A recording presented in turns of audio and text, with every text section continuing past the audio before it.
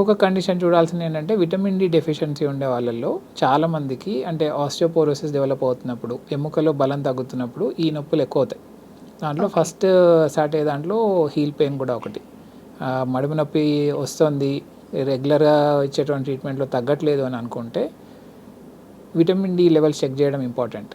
Vitamin D ఒకవేళ బాగా లో ఉందనుకోండి, మనం ట్రీట్మెంట్ ఇస్తున్నా కూడా పెయిన్ అంత తొందరగా తగ్గదు. సో ఈ 2 థింగ్స్ చూసుకోవాలి. ఒకటి విటమిన్ డి లెవెల్స్ కరెక్ట్గానే ఉన్నాయా లేదా అని. స్ట్రెచ్చింగ్ ఎక్సర్సైజెస్, సాఫ్ట్ ఫుట్వేర్, మెత్తగా ఉండేటువంటి చెప్పులు, 15-20 నిమిషాల కంటే ఎక్కువ ఒకే పొజిషన్లో ఉండకుండా ఉండడం, ఇవి చేసుకుంటేనే 90% మందిలో తగ్గుతుంది.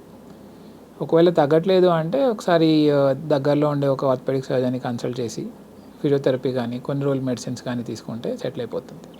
Okay doctor. ఈ ఆస్టియోపోరోసిస్ ఏదైతే స్టార్టింగ్ స్టేజ్‌లో గానీ, వైటమిన్ డి డెఫిషియన్సీ కానీ ఉన్నవాళ్ళు ఎలాంటి జాగ్రత్తలు తీసుకోవాలి ఫర్దర్‌గా?